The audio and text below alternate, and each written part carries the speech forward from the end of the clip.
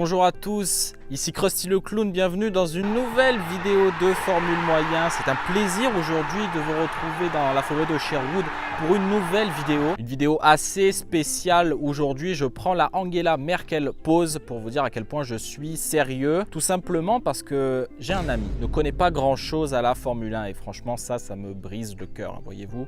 Formule 1, c'est ma passion, sinon j'aurais pas fait de chaîne YouTube Formule Moyen, j'aurais pu faire football moyen à la limite. Mon collègue, il connaît rien à la Formule 1, moi qu'est-ce que je fais du coup? Je réfléchis, je produis une vidéo qui explique un petit peu la Formule 1 pour les nuls quoi, si vous voulez. La Formule 1 pour mon collègue, la Formule 1 pour les nuls. Je ne traite pas mon collègue de nul, je fais référence au livre, le livre jaune et noir là, savez-vous? Bref.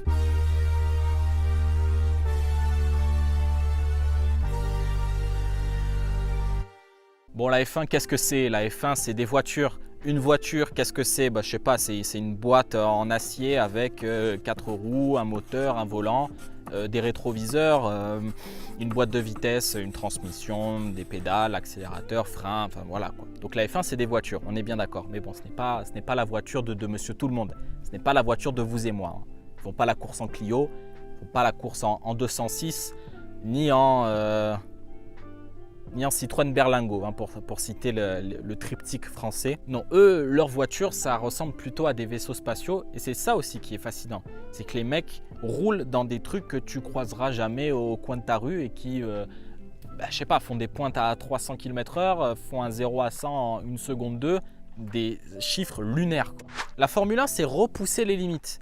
Les limites de la mécanique en produisant le moteur le plus puissant, le plus endurant au monde. Les limites de l'aérodynamique aussi. Produire la voiture qui sera la plus efficace, qui prendra le virage le plus rapidement par exemple. C'est aussi les limites humaines. Le pilote qui va devoir repousser ses limites, devoir retarder son freinage, accélérer le plus tôt possible, tenter un dépassement à plus de 300 km/h au péril de sa vie, et ça aide à la fascination aussi. Le mec s'est pris une boîte de l'espace et pourtant quand il sort de sa voiture, il gambade, il fait des pouces en l'air à tout va pour dire qu'il va bien, et toi devant ta télé tu te dis putain mais comment c'est possible que le mec soit dans cet état quoi, enfin, pas dans mon état, bon je suis un petit peu ventripotent. Et ce qui est fascinant aussi avec la Formule 1, c'est que c'est un sport collectif qui est piégé, coincé dans un aspect individuel, parce que forcément un pilote par voiture, c'est sûr.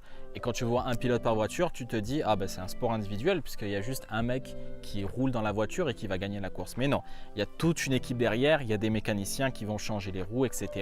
Il y a des mecs qui vont concocter la meilleure stratégie, enfin bref. En gros, l'objectif de la Formule 1, c'est tu prends le départ et tu dois arriver le premier, on est bien d'accord. Mais dans une course, il y a des aléas, tu dois rentrer au stand pour changer tes pneus par exemple. Ou alors, tu n'arrives pas à trouver l'ouverture sur le mec que tu tentes désespérément de dépasser, et là il va y avoir une équipe qui va taffer en fait comme des malades sur une stratégie, la meilleure stratégie pour faciliter le dépassement, pour que l'arrêt se passe mieux, etc.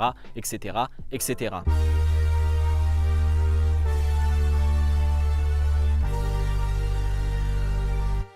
Pour vous expliquer, le week-end d'un Grand Prix, ça commence le vendredi. Le vendredi, vous avez 2 séances d'essai qu'on appelle essais libres. Pourquoi libres? Ils sont libres de faire ce qu'ils ont envie de faire, quoi, en gros. Les séances d'essai en Formule 1, c'est pas très intéressant en vrai, parce qu'ils se contentent juste de rouler, de faire des temps. Des fois, ils rentrent au stand, des fois, ils sortent des stands, des fois, ils passent un message à la radio, des fois, ils disent rien. Et en gros, c'est ça, quoi. Donc ouais, c'est vrai que dit comme ça, ça donne pas très envie, mais écoutez, c'est toujours très sympa à regarder si vous aimez les belles voitures, ou justement si vous débutez et que vous n'avez pas envie d'être plongé immédiatement dans une course et rien capter du tout. Commencez plutôt par les essais parce que justement il n'y a aucun enjeu quoi. Les essais, tu roules, tu fais un temps, basta.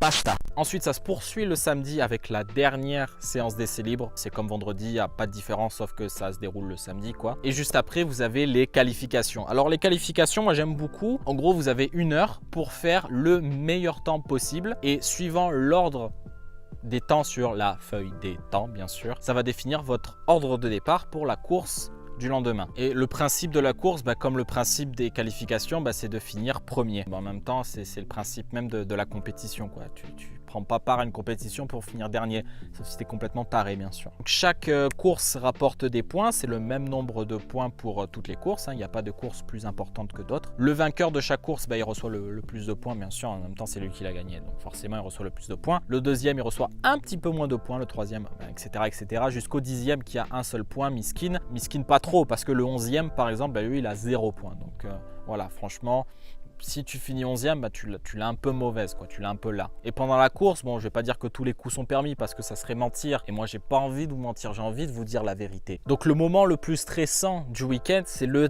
départ de la course. Pourquoi? Parce que c'est dans le départ que généralement tout peut se passer. Il peut avoir des accidents parce qu'il y a un pilote qui a envie de faire un dépassement de fou furieux et gagner 5 positions en un tour, ce qui relève de l'impossible, hein, donc ça résulte toujours en un accident. Il peut avoir des casses, des pannes, ça peut se tasser, ça peut se donner des coups de coude, des coups de portière. Non, vraiment le départ, la tension est à 10 000. Là, je prends mon pouls rien qu'en évoquant le départ et je suis déjà à 130 BPM. Donc départ de la course, premier tour, deuxième tour, etc.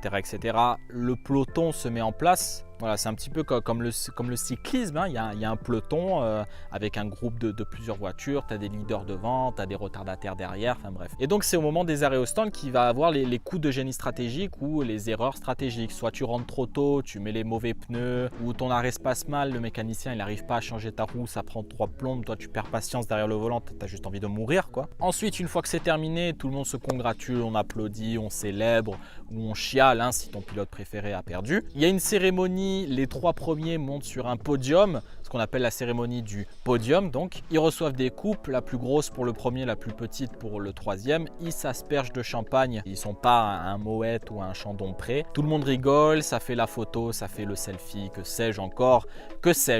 Et c'est terminé et on remet tout ça à la prochaine course. Donc, vendredi, samedi, dimanche, les essais, les qualifs, la course, etc. jusqu'à ce que la saison se termine.